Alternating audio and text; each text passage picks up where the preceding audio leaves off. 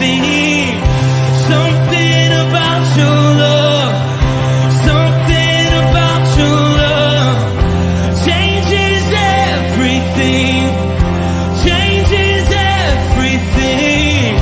Something about your love, something about your love changes everything, changes everything. Something about your love, something about your love changes everything, changes everything.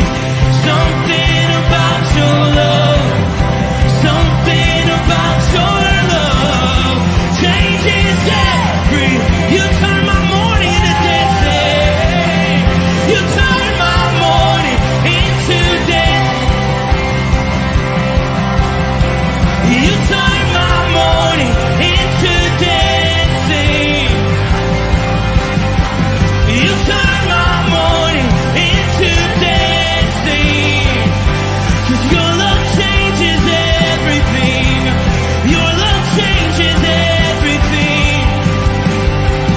You turn my morning into dancing. You turn my morning into dancing. You turn my morning into dancing. 'Cause your love changes everything. Your love changes everything.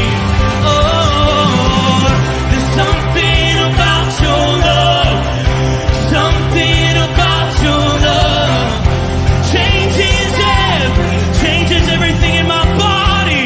Oh, something about your love, something about your love changes everything. It changes everything. Something about your love, something about your love changes everything. It changes everything. Something about your love, something about your love changes everything, changes everything. Something about your love, something about your love changes everything.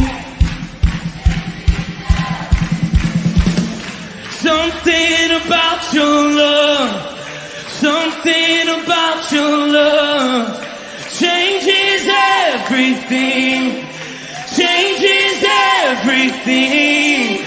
Something about your love, something about your love changes everything, changes everything. Something about your love, something about your love changes everything. You turn my morning into dancing. You turn my morning into dancing. You turn my morning into dancing. You turn my morning into dancing. You turn my morning into dancing. Something about your love, something about your love changes everything. Good morning, Firmly Rooted family. Pastor Tom, Firmly Rooted Ministries. And for those of you who wear glasses, there's this moment that you look, actually take them off and look at them and say, how can I see through these things? So maybe, there we go. Good to have you all on board. We are live on YouTube and Twitter and Rumble, doing well with that. Dr. Colleen, good morning. I'm on board. Good morning, Firmly Rooted family. Vivian Davis, good morning. Chuck B, good morning, Firmly Rooted family. Blessings. We've got Emily Connolly, good morning. We got Steve Ponoworski, good morning. And I've got, it looks like, 12 maybe people, 13 on Rumble. I see that maybe Alice is one of those, good morning.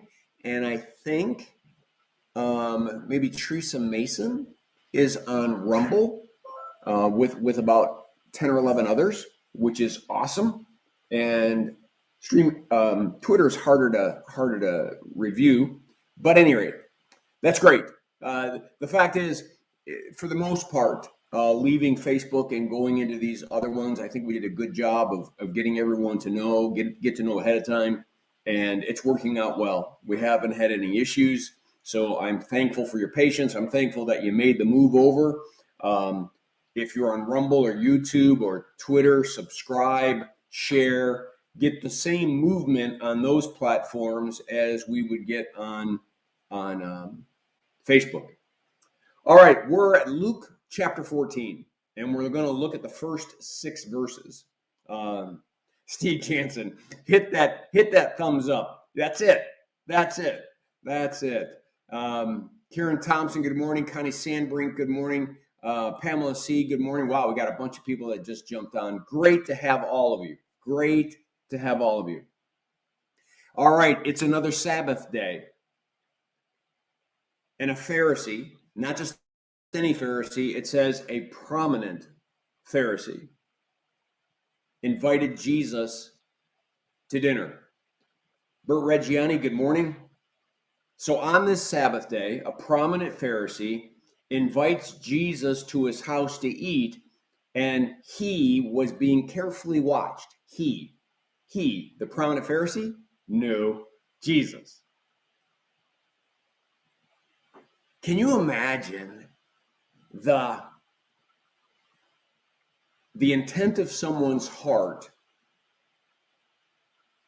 to want to invite Jesus to dinner because he's a prominent person and everybody's in love with him? So if he comes to your house, that makes you equally as important, and simultaneously disagreeing with him and wanting to catch him doing something wrong. It's so strange. There in front of him was a man suffering from abnormal swelling of his body.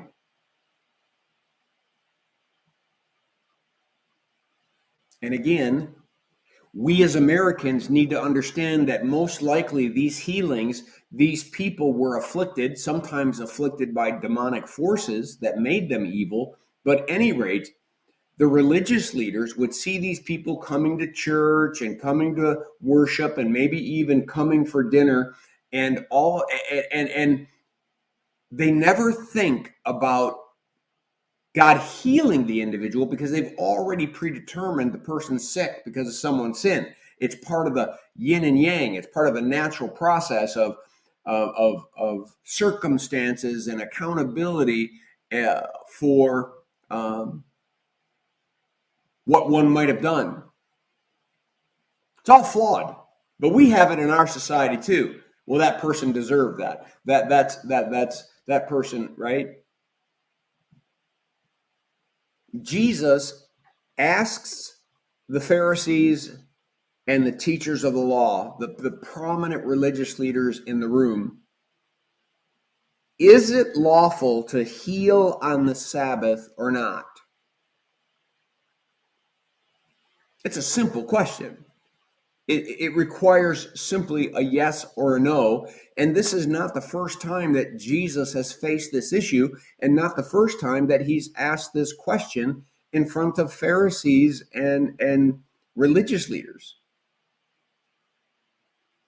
Is it lawful to heal on the Sabbath? You guys got 644 commandments. Just under 300 of them are about the third commandment, honoring the Sabbath day. And it says in verse 4, they remained silent. They did not answer. Matter of fact, every time Jesus asked this question, they refused to answer. How can you have 300 or 200 and some answers to something and not have an answer as to whether you can heal on the Sabbath? Because they never thought they could or should. Wow. How do you forget? How do you so quickly forget what the temple was all about, bringing the broken and the hurting into the temple and having sacrifices of grace and forgiveness and the shedding of the animal's blood for forgiveness and going to the priest and having cleansing services for leprosy and this and that and the other, right? But they remained silent. So taking hold of the man, he held him and sent him on, or he healed him and sent him on his way. Taking hold of the man. Sometimes Jesus just used words, but most often he touched. Most often he physically touched. The God of the universe physically touched his creation. And the man went away healed. Then he asked the religious leaders, if one of you had a child or an ox, and it fell into a well on the Sabbath, right? Wells were holes dug in the ground. The likelihood that a small child could fall into a well or an animal, relatively high. Accidents happen. But Jesus is asking an obvious question.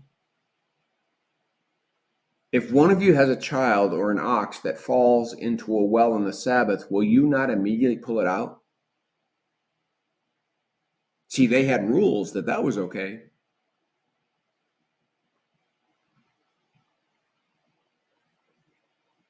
And they had nothing to say. It's amazing how truth silences folly, lies. That's why we firmly root ourselves in God's unconditional love and his eternal truth, because the more we are embedded, the more we firmly root ourselves in God's eternal truth, lies become so much more apparent. We can see better. We can see them even before they do their wicked work on us. We can reject them as folly because we just know it's wrong, because we know what the truth is.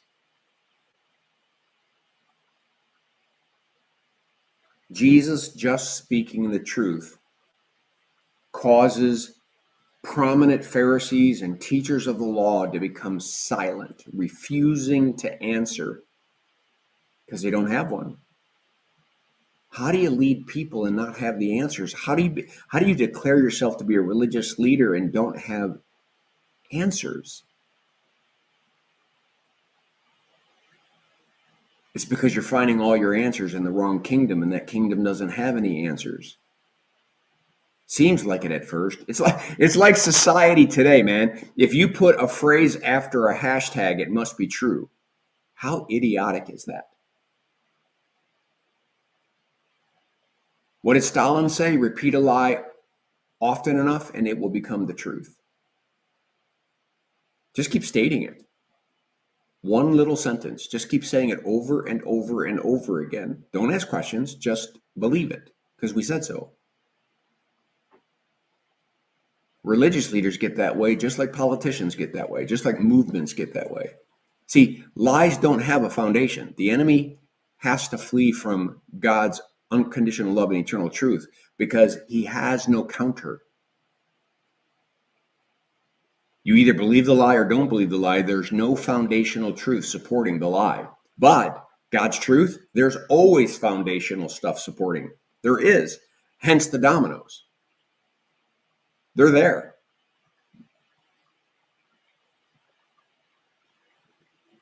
All right. I think I'll leave it at that. I hope that this devotion was a blessing to you. I was going to begin to sermonize, but I think I probably should not. Blessings on your day. Make it a firmly rooted day, and may someone see Jesus in us today. Peace.